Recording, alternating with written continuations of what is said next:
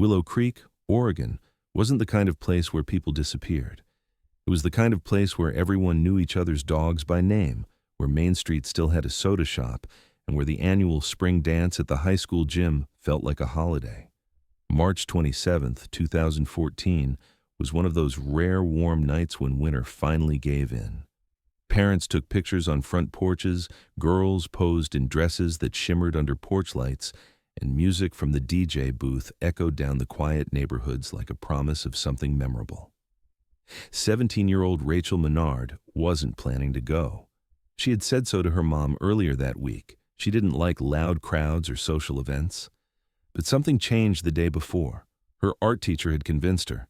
Maybe it would be good to step out of the sketchbook for once, he'd said, smiling. Her mom was thrilled. Her dad joked about how he didn't even know she owned a dress. And by 7:30 p.m., she was walking through the school parking lot with a small group of friends, her hair pulled into a loose braid, wearing a soft blue dress and carrying a pair of flats in her hand. Rachel wasn't the kind of teenager who stood out. She kept mostly to herself, sketching in the back of class and doodling on napkins at lunch. Teachers liked her because she was polite. Students mostly ignored her. She wasn't unpopular, just peripheral. That night, she danced awkwardly to one or two songs, spent most of her time near the punch table, and laughed more than she usually did. Several classmates remembered seeing her, mostly in flashes, near the snack tables or standing by the gym wall, watching other people dance. She wasn't with anyone in particular. She seemed quiet, but okay. At 9:34 p.m., Rachel was seen walking alone toward the gym hallway, the one that led to the locker rooms in the old athletic wing. A group of juniors said they passed her near the vending machines, and she gave a quick nod when one of them said hi. It was the last confirmed sighting. After that, she was never seen again. The music played until just after 10 p.m. When her friends were ready to leave, they realized she hadn't come back. They figured she left early. Maybe she didn't feel well. That was Rachel. Slipping out without making a scene would have been like her. It wasn't until later, when her mother called her phone at 10:47 p.m. and it went straight to voicemail, that unease set in. By 11:15, she had called 3 of Rachel's friends. No one knew where she was. At 11:32 p.m., Linda Menard drove to the school. The gym was mostly empty, with a few chaperones still cleaning up. The parking lot was dark. Rachel's car was still there. Her phone wasn't answering. Her bag wasn't lost and found. Her shoes weren't in the locker room. The custodial staff said they hadn't seen anyone after 10. There were no janitors scheduled on that side of the building that night. Local police were notified just after midnight. It was taken seriously from the start. Rachel wasn't the type to run away. She had no history of mental health issues, no romantic entanglements that anyone knew of, and nothing in her home life that would raise a red flag. Her room was untouched. Her wallet was on her desk. Her cat hadn't been fed. Her laptop was open. A partially finished digital sketch paused mid-stroke. By 1:30 a.m., officers were combing the perimeter of the school grounds. Flashlights swept the athletic fields. They searched the tree line that bordered the rear of the campus, the boiler room, the parking lot, and the school's older maintenance sheds. Nothing. No broken windows, no signs of a struggle, no noise complaints, no witnesses. She had simply disappeared. Surveillance footage from inside the gym was grainy but confirmed she had arrived. She danced, she moved through the crowd, she walked toward the hallway. But the cameras didn't cover the back wing of the school. Budget cuts. The hallway lights were motion censored and dimmed when not in use. No one remembered seeing her return. The school was locked down by 3 a.m. Officers reviewed every room, closet, and crawl space. But one section, the old girls' locker room, had been sealed off for minor renovations. It wasn't considered part of the main search. A custodian insisted the doors had been locked earlier that day. Nothing about that part of the school stood out. It was left for the morning. At dawn, Rachel was officially listed as a missing person. Flyers were printed. K-9 units were brought in. The surrounding woods were searched for the next 72 hours. Helicopters flew overhead. Drones scanned the marshy banks of the creek. Her name was read aloud in every church that Sunday. The entire town, it seemed, was helping look. And still, not a single clue. Not a piece of clothing, not a footprint, not a sound. I'm 17 years old, gone without a trace. And somewhere between the music echoing through the gymnasium and the dark silence of that abandoned hallway, something had happened. Something that no one saw, or at least no one admitted seeing. The dance ended at 10:06 p.m. The DJ packed up. Chaperones collected leftover cups and crumpled napkins.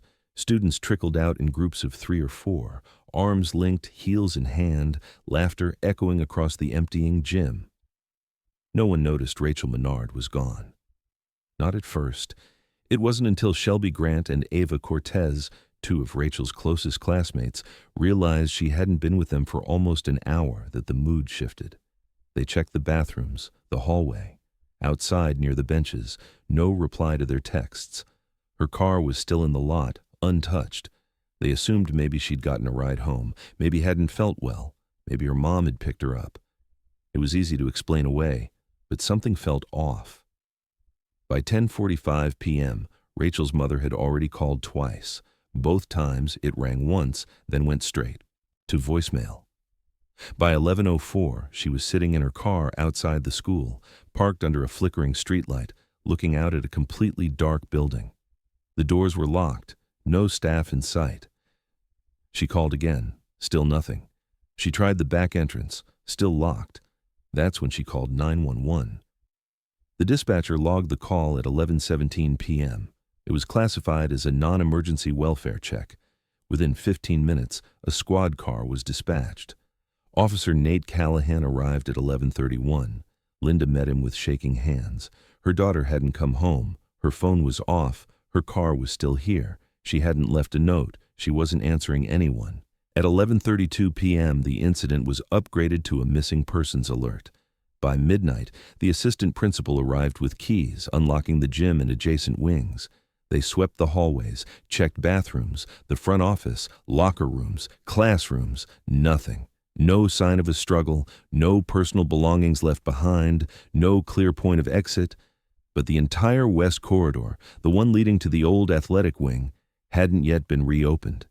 It was partially shut down during the dance due to a broken motion sensor light and reports of flickering power.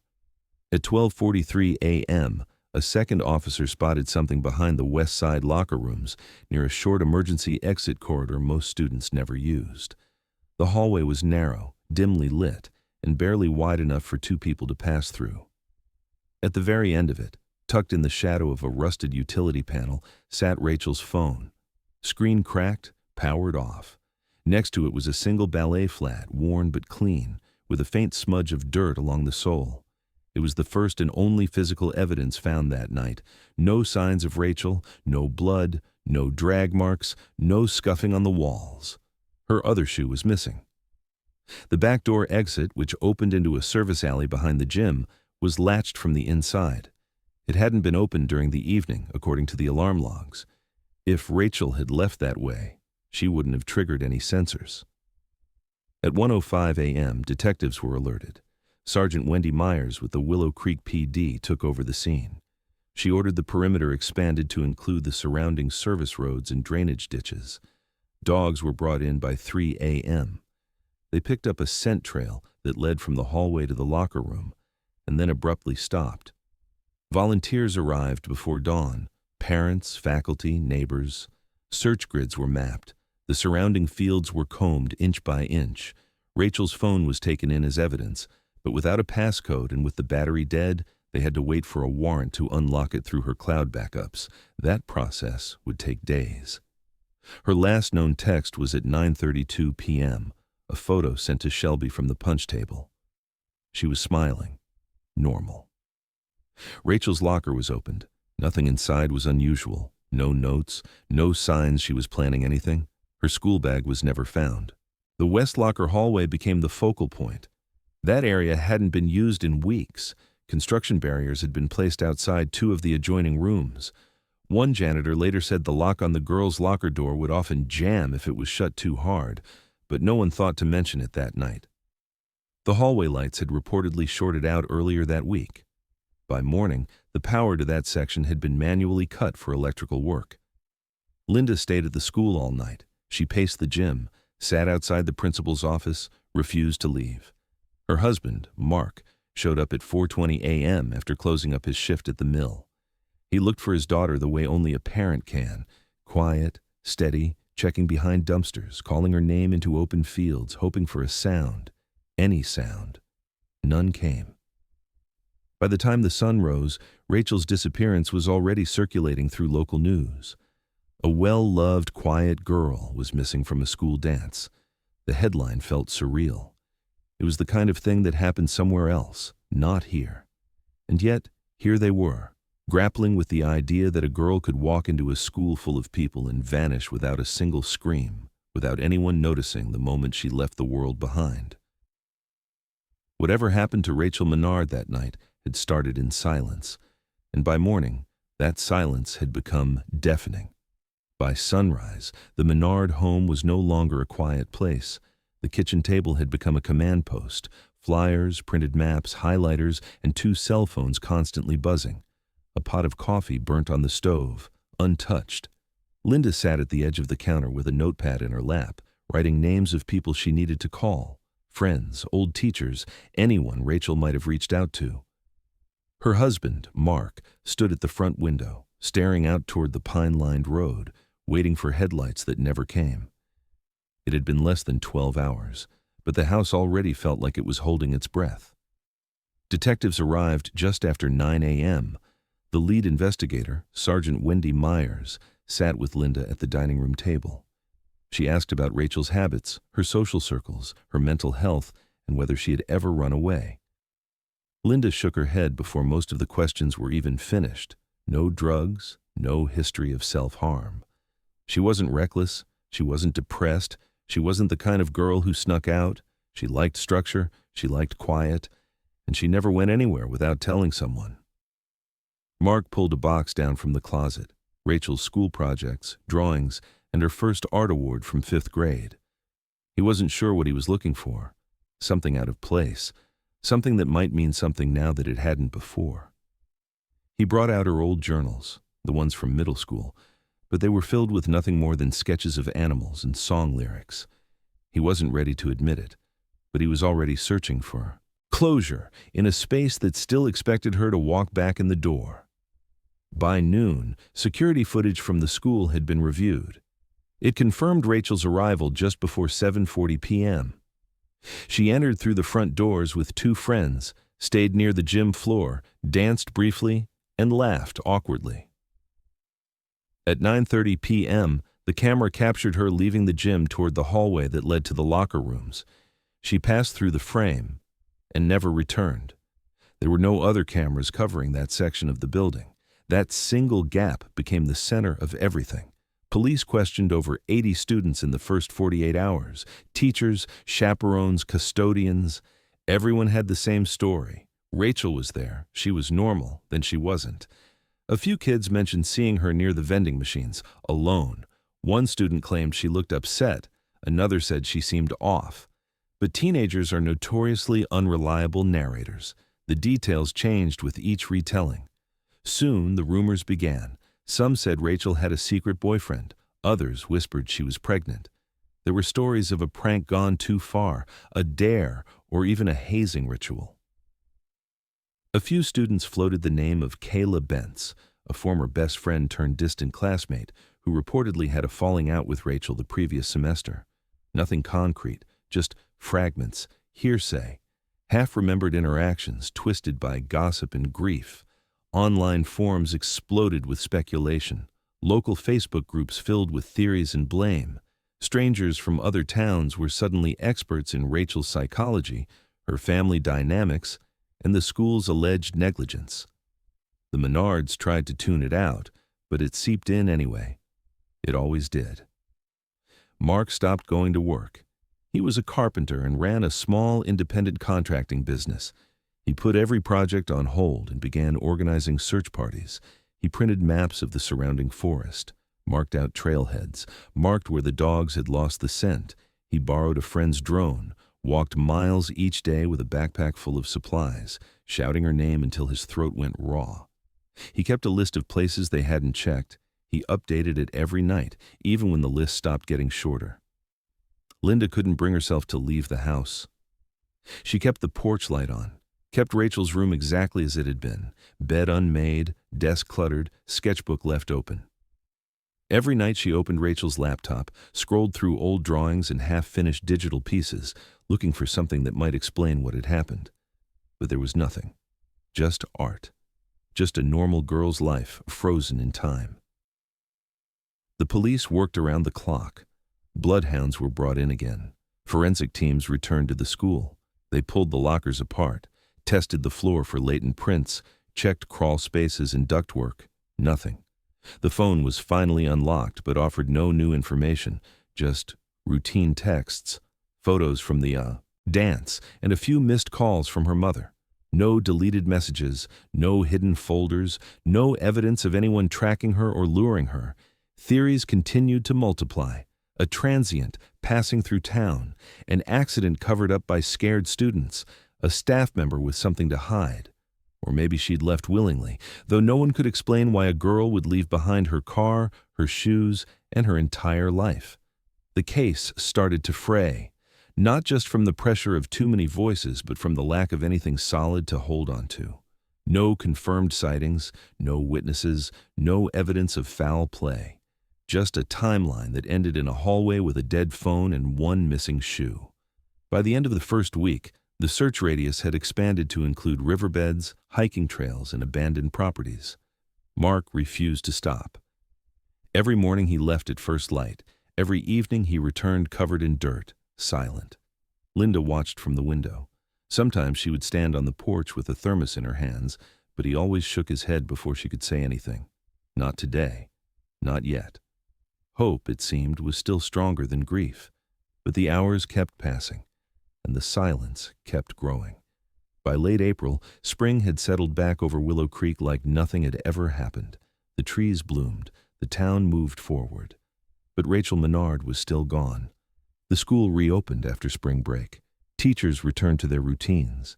Students laughed in the halls again, but quieter. Something lingered underneath, an unease no one could name out loud. Posters with Rachel's face slowly disappeared from bulletin boards. The candles at the memorial outside the gym were swept away by wind and rain. Life resumed because it had to, but not for the Menards.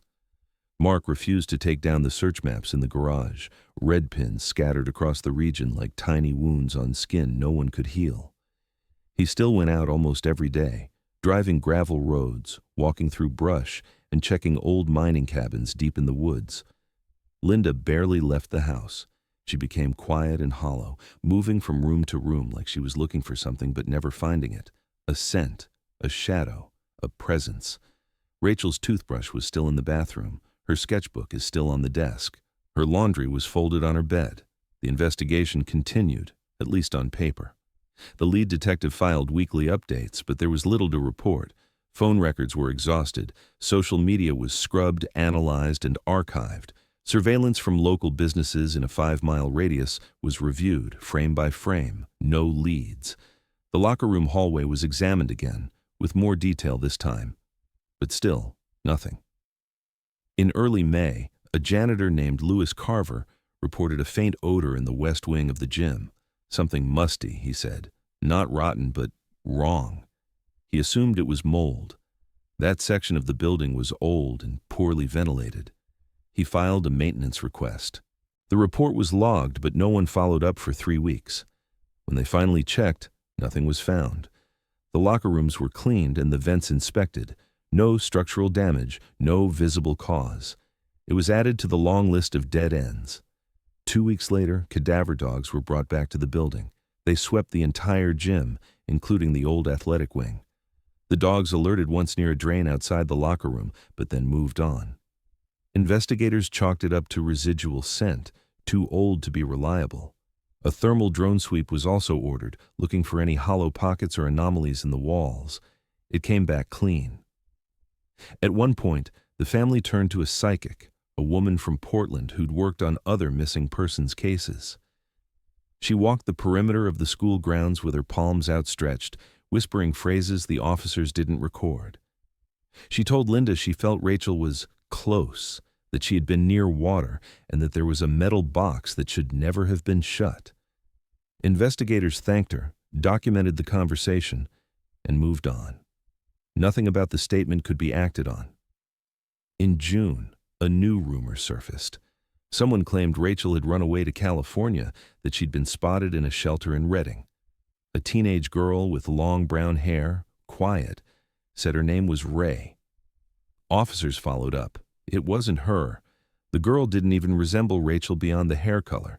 It was one of over 40 unconfirmed sightings logged in the first 4 months. None led anywhere. By July, the locker room had been opened and cleaned more than once. Its aging structure made it easy to ignore issues. Lockers stuck shut all the time. Some rusted at the hinges. Number 308 had been marked jammed by a custodian during a routine check, but because it wasn't assigned to any student that semester, no one prioritized it. It wasn't forced open, wasn't inspected, just marked for maintenance. The janitor noted it again in August, still stuck.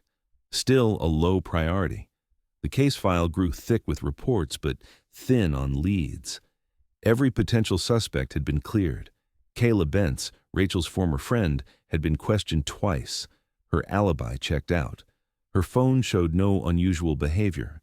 Teachers, staff, parents, no one had seen anything that contradicted the official timeline. It became harder to justify further resources. In September, 6 months after the disappearance, the case was reclassified as inactive but open. That distinction meant the door wasn't closed, but it also wasn't being knocked on anymore. The detectives moved on to newer cases. The media stopped calling. The school year restarted. Rachel Menard became a name that lived only in conversation, always in the past tense. The Menards held a vigil at the 6-month mark. A few dozen people came, neighbors, classmates, teachers. Linda stood by the edge of the field, staring at the gym. She hadn't set foot in it since that night. The building felt colder now, as if something had been taken out of it and never replaced. A teacher mentioned that every time she passed the locker hallway, she felt like someone was watching her. Another said she avoided that side of the building altogether. But they didn't say these things out loud until later, not until it was too late to matter. And as winter approached, the town settled into its new normal. Rachel's name faded from the newspapers. The tips stopped coming. The flyers were taken down. Locker number 308 stayed jammed. The hallway stayed quiet.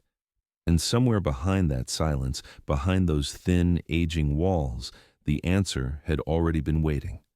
By the second year, Rachel's name had slipped into another category, no longer missing, but legend. She wasn't talked about in the present tense anymore.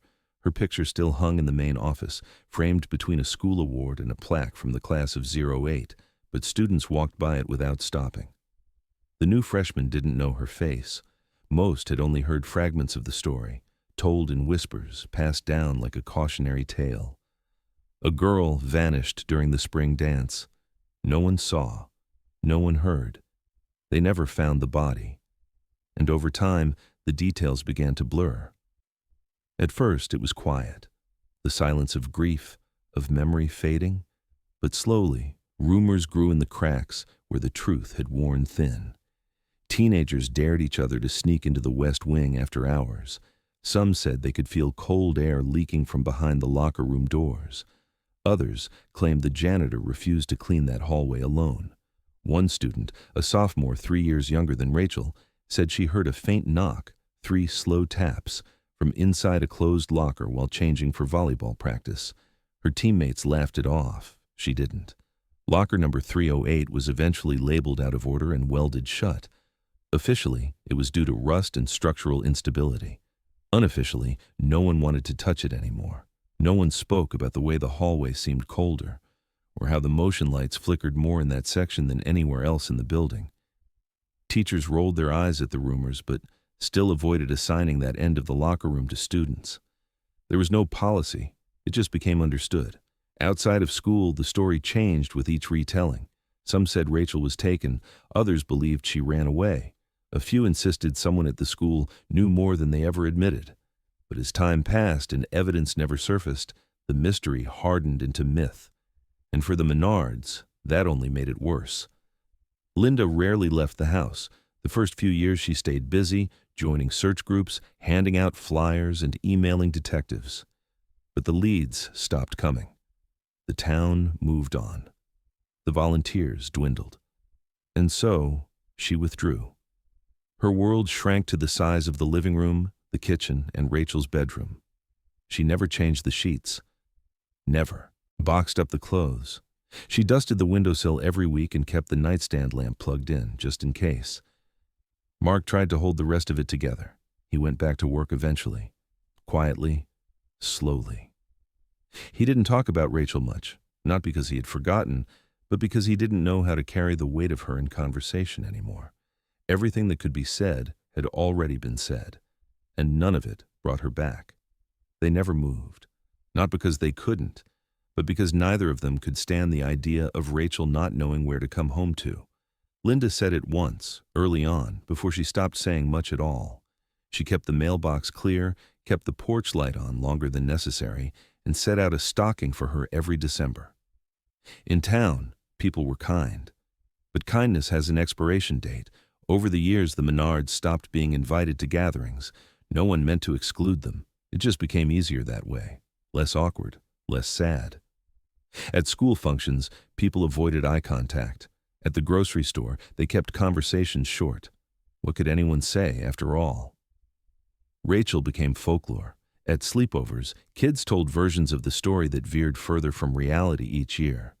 Some claimed her ghost still walked the halls. Others swore they saw her in the mirror during basketball practice. It became entertainment, something to provoke a scream, a dare, a thrill. Most didn't mean any harm. They were just kids playing with a story they didn't understand. But every whisper chipped a little more away from the truth.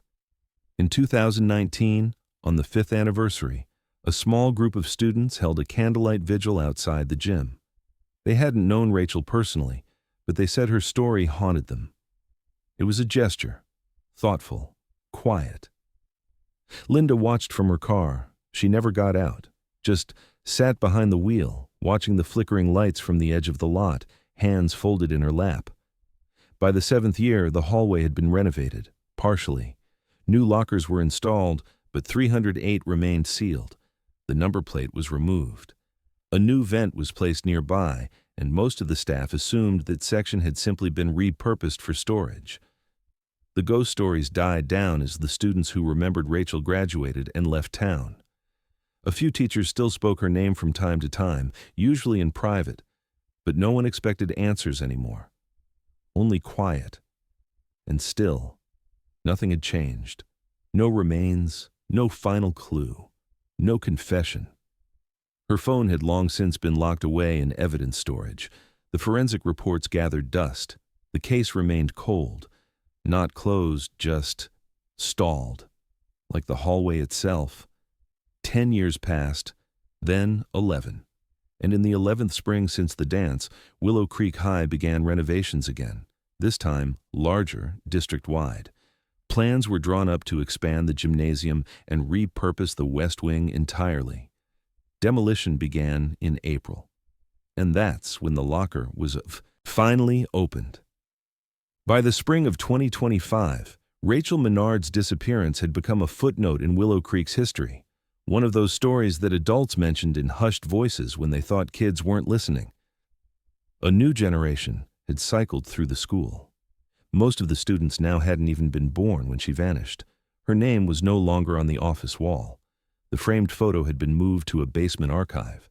Locker number 308 was still there, sealed, stripped of its number, hidden behind a row of unused metal doors in a part of the building long forgotten. Time had done what it always does. It softened the edges, blurred the details, and buried the pain, at least for most people. In March, a construction company arrived on site to begin long-delayed renovations to the west wing of the gymnasium. The district had approved plans for new locker rooms, updated HVAC, and a full electrical overhaul. The wing had been underutilized for years, with the far corridor used only for maintenance storage. Contractors stripped drywall, ripped up tile, and began removing the old locker banks one by one. Most were rusted shut. A few opened with a groan. Others needed to be prized apart with crowbars. Then came 308. It was welded at two corners. The metal around the lock had been damaged and repainted at least once. The contractor didn't think much of it. He assumed it had been sealed for safety, possibly water damage or asbestos. It took 3 solid minutes of force to pop it loose. When the door finally gave out, it opened only a few inches at first, enough to notice something was blocking it from the inside. At first, they thought it was insulation or fabric.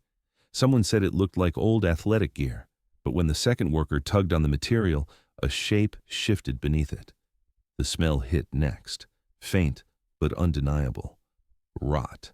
Decay sealed for over a decade, now disturbed. One of the crew stepped back and called his supervisor. Another called 911.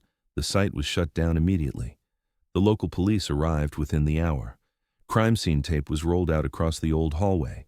Evidence techs were called in from the county. It was protocol, but no one was under any illusions about what they were dealing with. The cloth inside the locker was a school-issued sweatshirt, blue and gray, with faded ink that had once spelt out Willow Creek High. Tangled inside it were the skeletal remains of a young girl. The discovery sent a shockwave through the department.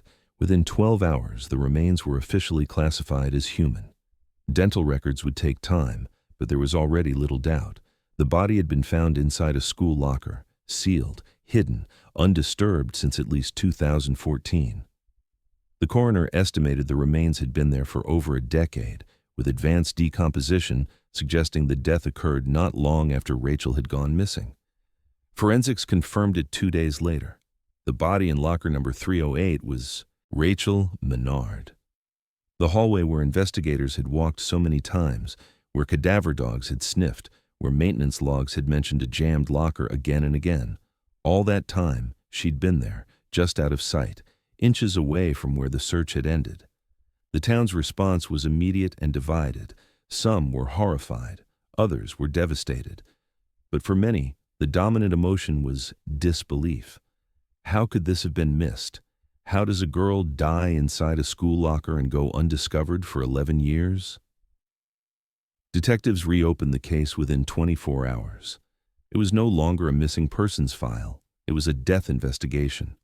The locker was sent to a forensic lab in Eugene. The interior showed deep scrape marks along the inside of the door. Beneath layers of rust, faint fingerprints were recovered. Most belonged to Rachel.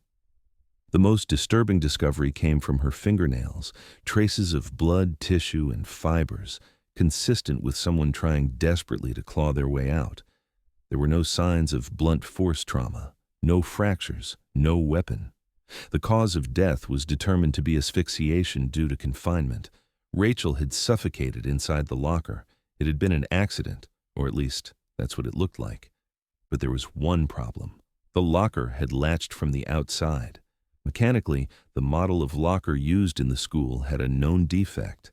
If shut with enough force, the locking mechanism could engage from the exterior and remain sealed without access from the inside. A malfunction that had been reported to school maintenance more than once, according to old work orders. Locker 308 had been on that list. No repair had ever been made. That raised the question no one wanted to ask. Did someone shut her in? Was it a prank? A dare? An accident someone panicked and walked away from? Or something else entirely? The locker room had no working security cameras in 2014. The hallway lights had been intermittent. The logs showed no signs of break-in, no eyewitnesses, no alarms. Rachel had walked down that hallway alone, and somewhere between one door and the next, she had vanished into metal, silence, and darkness. The Menards were notified personally by Sergeant Myers, now retired but brought back to assist with the case. Linda didn't speak during the meeting. She sat still, eyes fixed on the report, not turning the pages. Mark asked only one question. Why now? There was no answer that made sense. The school district issued a statement, an apology, an offer to pay for reburial expenses. It wasn't enough. Nothing could be. 11 years of pain, wondering, hoping, imagining possibilities worse than the truth, only to find out the truth had been there the entire time, locked in place, ignored, forgotten. And for Rachel Menard, the search hadn't ended in a field or river or basement. It had ended just 20 feet from where it began. The first autopsy report was quiet. No external injuries, no defensive wounds, no blunt force trauma. The skeletal remains were intact, aside from the expected deterioration from time. The forensic pathologist noted abrasions on the fingertips, consistent with scraping or clawing at a hard surface, but nothing that pointed to a violent altercation. The official cause of death was listed as probable asphyxiation due to entrapment. The time of death was narrowed to sometime between 10 p.m. and 4 a.m. on the night Rachel disappeared. That detail alone reframed everything. Rachel Menard had not died instantly. She hadn't been murdered in a dark alley or dragged from the school grounds under cover of night. According to the forensic timeline, she was still alive when the first calls were made to her phone, alive when her mother pulled into the parking lot, possibly still alive when officers arrived just after midnight to begin the initial search. She had suffocated slowly, in a metal box less than 2 feet wide, sealed on all sides, in near-complete darkness, while the world around her moved on unaware. It was unthinkable. And then came the sketchbook. It had been pressed flat against her chest, protected by the same sweatshirt that had preserved part of her clothing. Water damage had warped many of the pages, mold had devoured the edges, but several entries were still legible, simple line drawings, unfinished notes, and symbols that Rachel had doodled often in her art class. A tiny heart near the corner of each page. Her handwriting remained unmistakable. On the final page, everything changed. Drawn in black pen, frantic, shaky, but controlled, was an image of a door. A locker door, thin horizontal vents and a latching handle, and gripping the door from the inside were 2 hands, just fingers, scratched with hard, repeated strokes, as if she'd gone over them again and again, needing them to be seen. Next to it, scrawled hastily in a corner of the page, were 6 words. I can hear them laughing. It wasn't a plea. It wasn't a goodbye. It was a record. Of sound, of awareness, of witnesses. She'd heard people. Investigators had the sketchbook preserved and digitized. They analyzed the ink for age and authenticity. It matched the pen found clipped inside her school bag. The page had been drawn shortly before she died. There was no evidence she'd been injured beforehand, no sedatives in her system, no trauma that would have left her unconscious. That meant she was aware, awake, lucid, and she was waiting. The implication shattered what remained of the department's confidence in their original search. Detectives went back to the original interview logs from that night. One stood out, buried in the supplemental notes, logged at 3:22 a.m. on March 28, 2014. A school custodian had mentioned a noise he couldn't identify, a thudding sound near the locker hallway.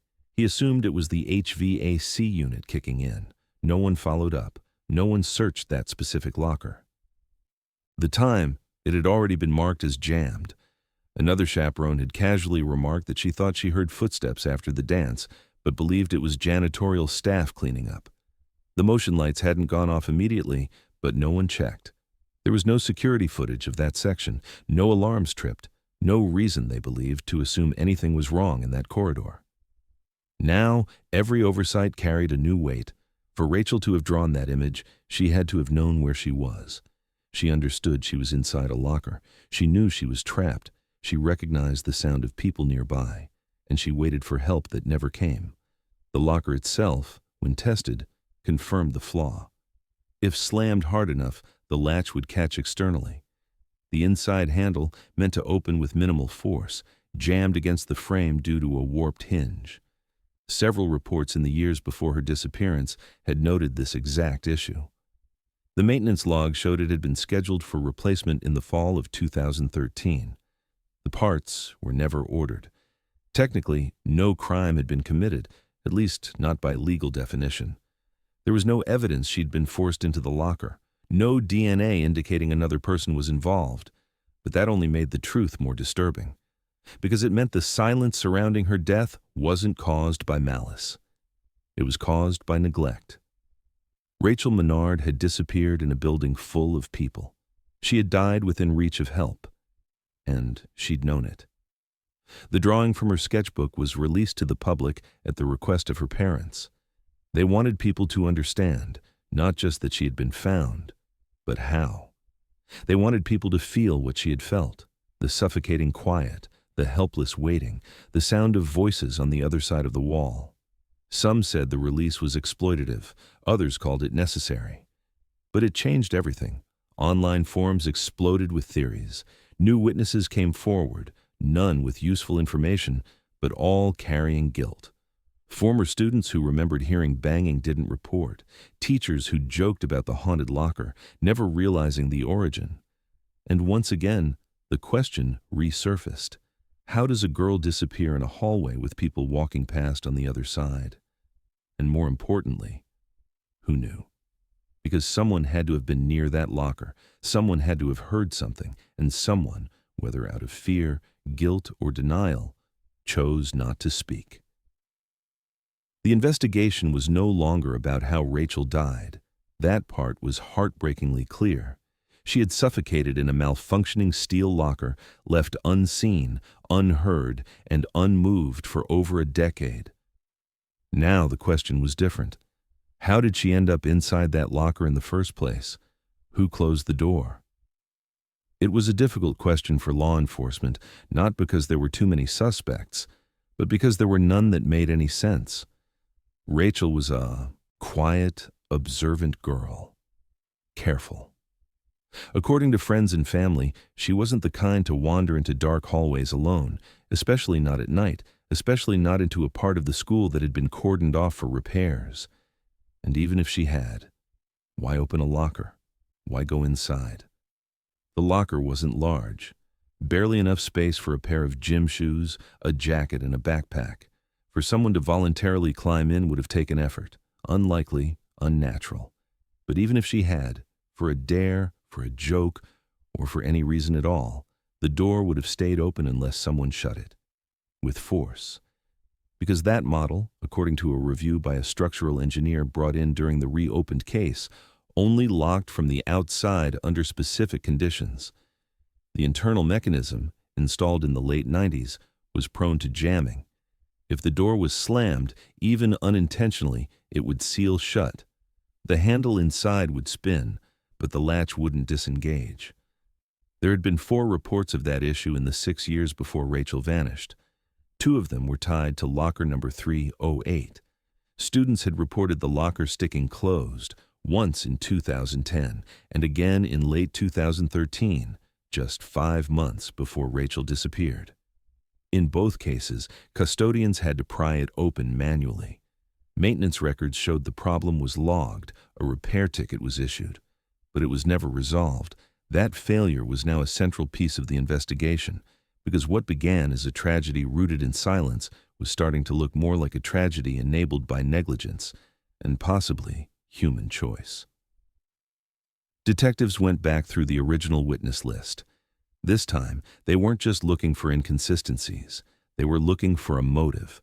One name appeared again and again, not in the case file's core notes, but in the footnotes, the early interviews, and the rumors that had once been dismissed as high school gossip.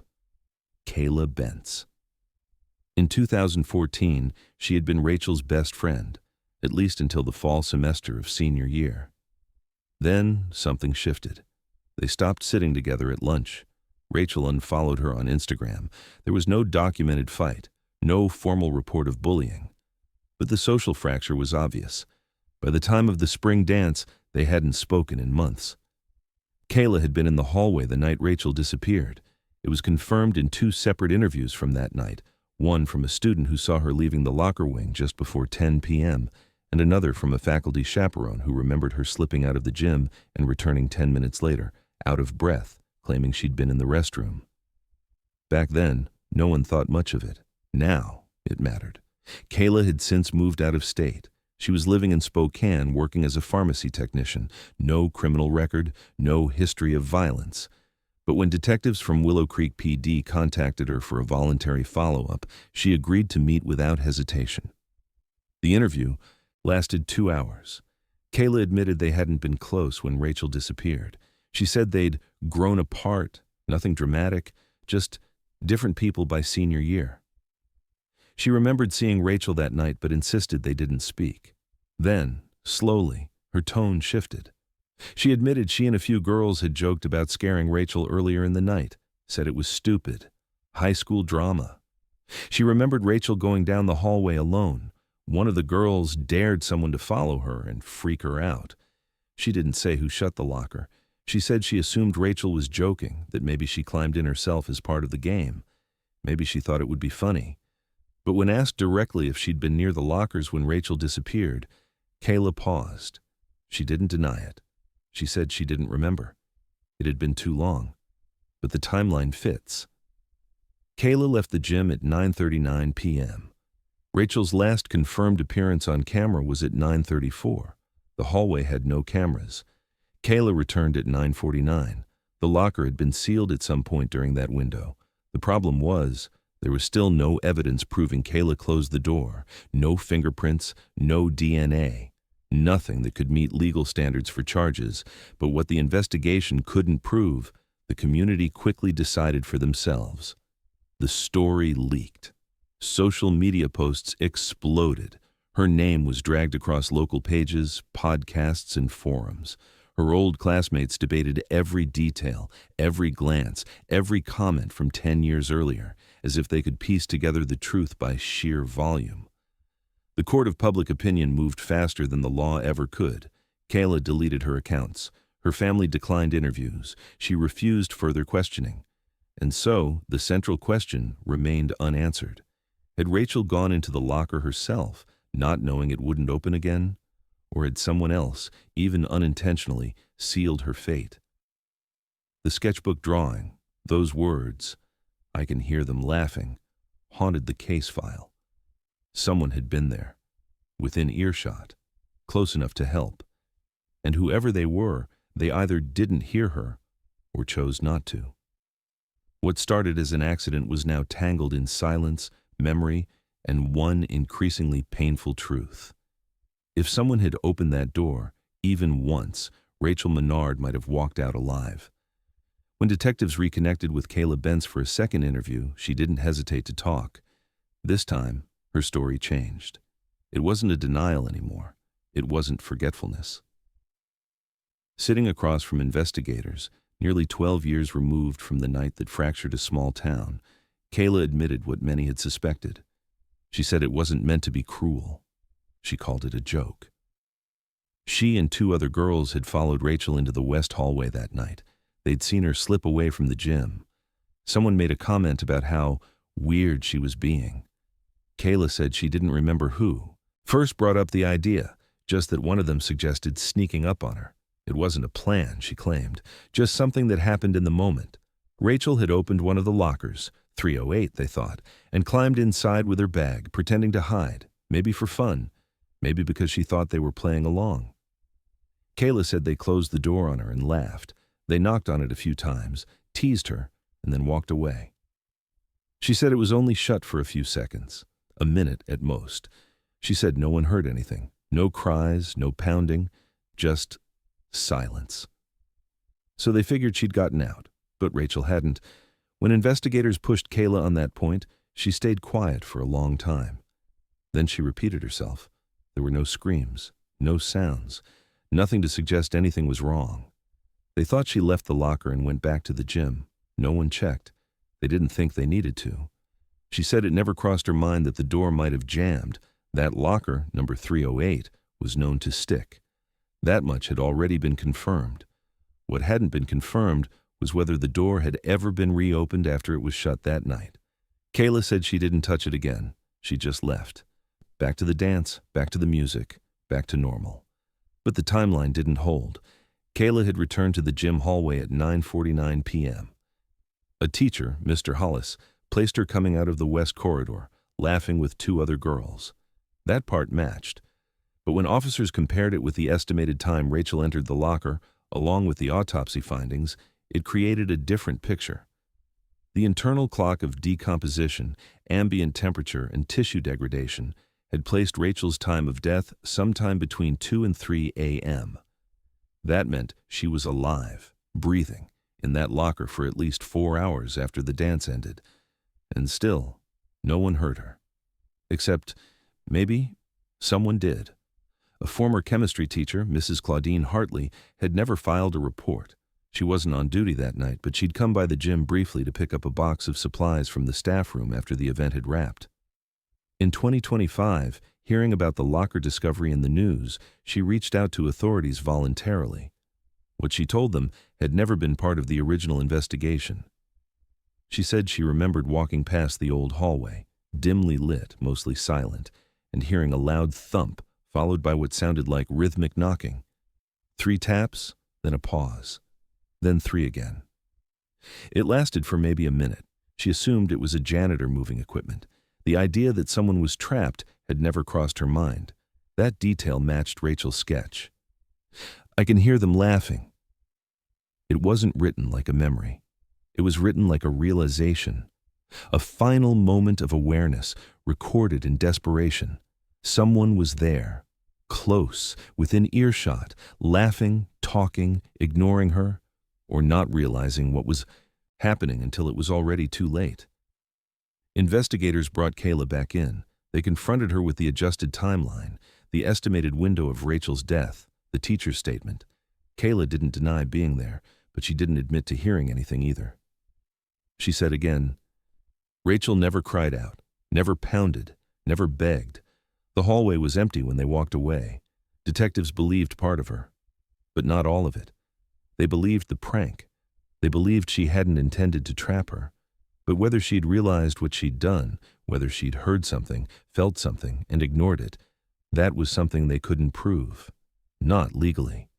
And in the absence of hard evidence, there were no grounds for criminal charges.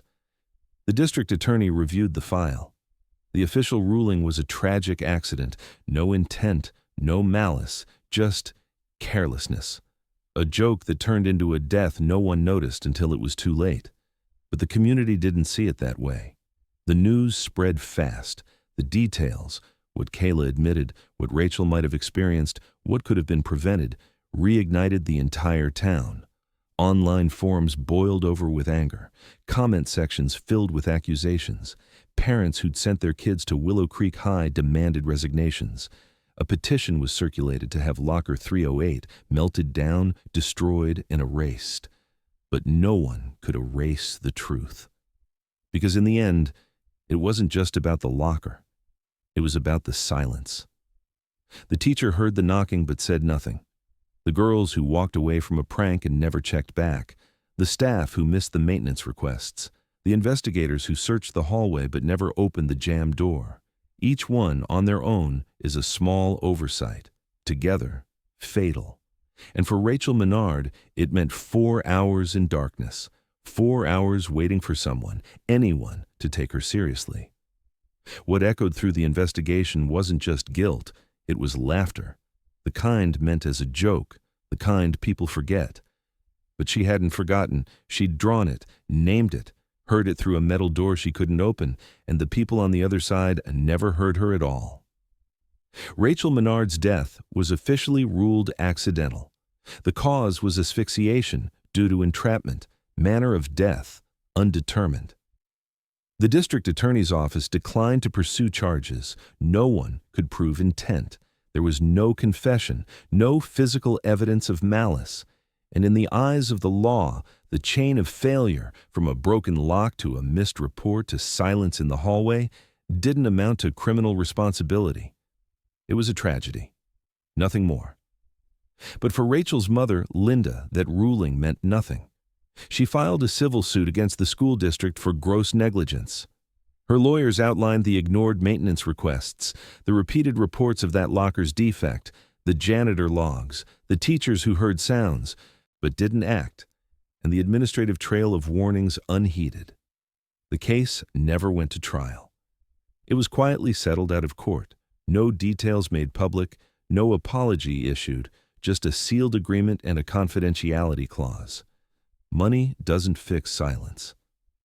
Linda never gave a statement afterward. She didn't want one. She'd already said everything she needed to the night she stood in the back of the courtroom and listened to the judge declare the case resolved. She went home and didn't leave the house again for a very long time. Mark, Rachel's father, took down the maps in the garage. The red pins, the notes, the taped outlines of hiking trails and riverbeds, all of it came off the walls. He packed up the gear and stacked the bins in the shed. He stopped speaking to the media, declined every interview. He'd found what he was looking for, and it didn't bring peace. The school board issued a formal statement expressing sympathy for the Menard family. They promised updated safety protocols, regular locker maintenance, and annual infrastructure audits. A new wing of the gym was built and named the Hope Through Action Wellness Center. No mention of Rachel. The old locker room was stripped, remodeled, and repainted. Locker 308 was removed and placed in evidence storage, boxed and tagged, deep in the basement of the county facility. It was never reopened, but its story didn't stay sealed. Students still walk past the new locker hallway. It's cleaner now, brighter, but they say the temperature shifts the closer you get to the far wall, a coldness that doesn't match the rest of the building. Teachers say it's poor insulation. Others aren't so sure. Some students say they hear knocking, faint, slow. 3 short taps followed by silence. A few believe it's a prank, someone trying to stir up ghost stories. Others believe something never left.